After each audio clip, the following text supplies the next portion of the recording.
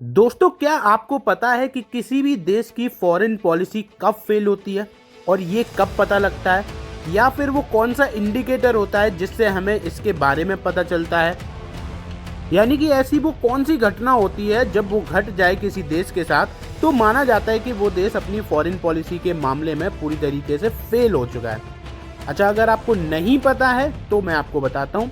दरअसल इस घटना को कहा जाता है चूज वन ऑफ टू, यानी कि किसी भी देश को जब दो ऑप्शन दिए जाएं और उसमें से वह कोई एक चुन ले तो समझो उसकी फॉरेन पॉलिसी फेल हो गई है। और अगर आप नहीं समझे तो आज की खबर मैं आपको जो बताने वाला हूँ ना, उससे आपको पूरी की पूरी कहानी जो है वो समझ में आ जाएगी। बस आप चैनल को सब्सक्राइब कर लीजिए और वीडियो को एक लाइक जरूर कर दीजिए। आपको पता होगा, अरब के दो बड़े देश, एक यूएई और एक सऊदी अरेबिया। और यूएई को बहुत सारे लोग दुबई के नाम से जानते हैं, जबकि दुबई जो है यूएई का ही एक सिटी है। अब यहाँ पर अगर आप देख पा रहे होगे तो क्या चक्कर हो रहा है कि इन दोनों देशों के बीच में काफ़ी बड़ी टक्कर चल रही है और दोनों के दोनों यहाँ पर बस इसी चीज़ में लगे हुए हैं कि मैं नंबर 1 पर हूँ कि मैं नंबर 1 पर हूँ। और ऐसे में बाकी के जो कंट्रीज़ हैं वो भी, कोई सऊदी को सपोर्ट कर रहा है तो कोई यूएई को, और ऐसे में फंस गया है भिखारिस्तान यानी कि पाकिस्तान।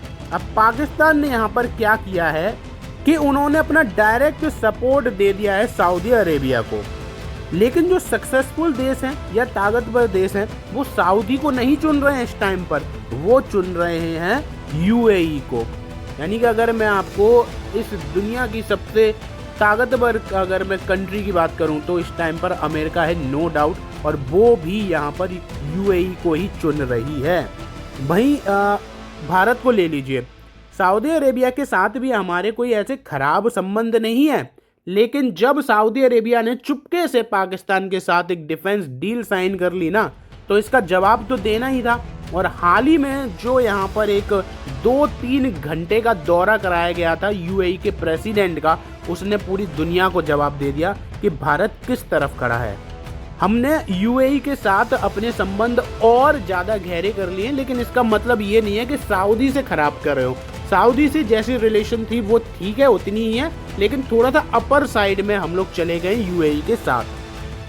और यहाँ पर यही कहानी चीन की भी देखने को मिलती है। चीन भी किसी एक को सिलेक्ट नहीं कर रहा, दोनों के साथ संबंध बनाकर चल रहा है। तो जैसे कि मैंने आपको बताया कि हमने भी दोनों के साथ ही अपनी रिलेशन सही बनाकर रखी है, इसी वजह से आज वो दोनों देश इस रेस में लगे हुए हैं कि कौन भारत में सबसे ज़्यादा इन्वेस्टमेंट करेगा।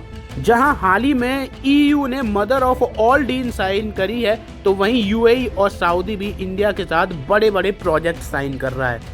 लेकिन जिन देशों ने डायरेक्ट एक को चूज कर लिया है ना, उनकी फॉरेन पॉलिसी पूरी तरीके से फेल हो चुकी है। अब वो कैसे, मैं आपको एक रिपोर्ट दिखाता हूँ।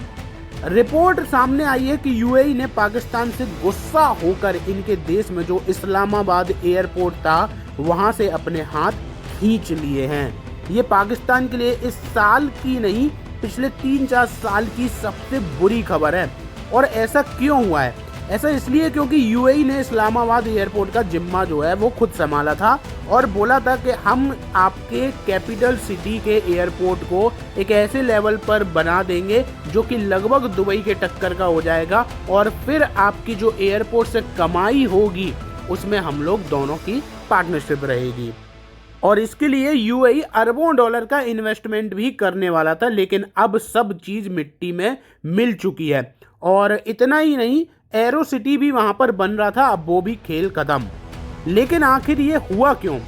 बेसिकली पाकिस्तान ने, जो मैंने आपको बताया था, choose one of the two, ये कर लिया है। मतलब यूएई और सऊदी में से उन्होंने कहा कि हम तो यहाँ पर सऊदी के साथ खड़े हैं, इनके साथ डिफेंस डील साइन कर ली है, और अगर सऊदी पर कोई हमला करता है तो हम अपनी सेना को मरने के लिए भेज देंगे। और इसी चीज़ से यूएई इनसे खासा नाराज है और इसका खामियाजा पाकिस्तान आगे भी भुगतेगा, क्योंकि यूएई पाकिस्तान का बड़ा मददगार हमेशा से रहा है।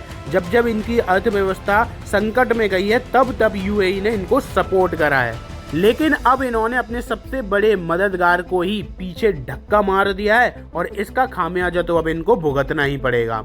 रीजनल बेसिस पर अगर हम देखें, यानी कि जिस अकॉर्डिंग जो ओवरऑल प्रेजेंस है ना पाकिस्तान की, जो एरिया के हिसाब से, जोन के हिसाब से, तो ऐसे में दोनों ही कंट्री जो है ना पाकिस्तान पर पूरी तरीके से पैसा जो है पानी की तरह बहा सकती थी, क्योंकि आज के टाइम पाकिस्तान के संबंध अमेरिका से भी ठीक ठाक है। लेकिन जिस अकॉर्डिंग इनकी पॉलिटिक्स है, जिस अकॉर्डिंग इनके जो नेता हैं जो केवल जिहाद के नाम पर सारी चीज़ों को एक अलग साइड में ले जाते हैं, उसकी वजह से आज सारी मट्टी पलीत जो है वो पाकिस्तान की हो रही है। वहीं फिलहाल में अभी तक भारत की फॉरेन पॉलिसी को एक सफल माना जा रहा है, क्योंकि यहाँ पर सारी ही कंट्री से हमारे संबंध अभी तक अच्छे हैं। अमेरिका के साथ भी अनबन जरूर है, लेकिन रिलेशन खराब नहीं है। आज की तारीख में तो चीन के साथ भी हमारे जो संबंध है वो बेहतर हो चुके हैं। रूस के साथ तो पहले से ही थे, और हाँ, इजराइल के साथ तो आपको पता ही है।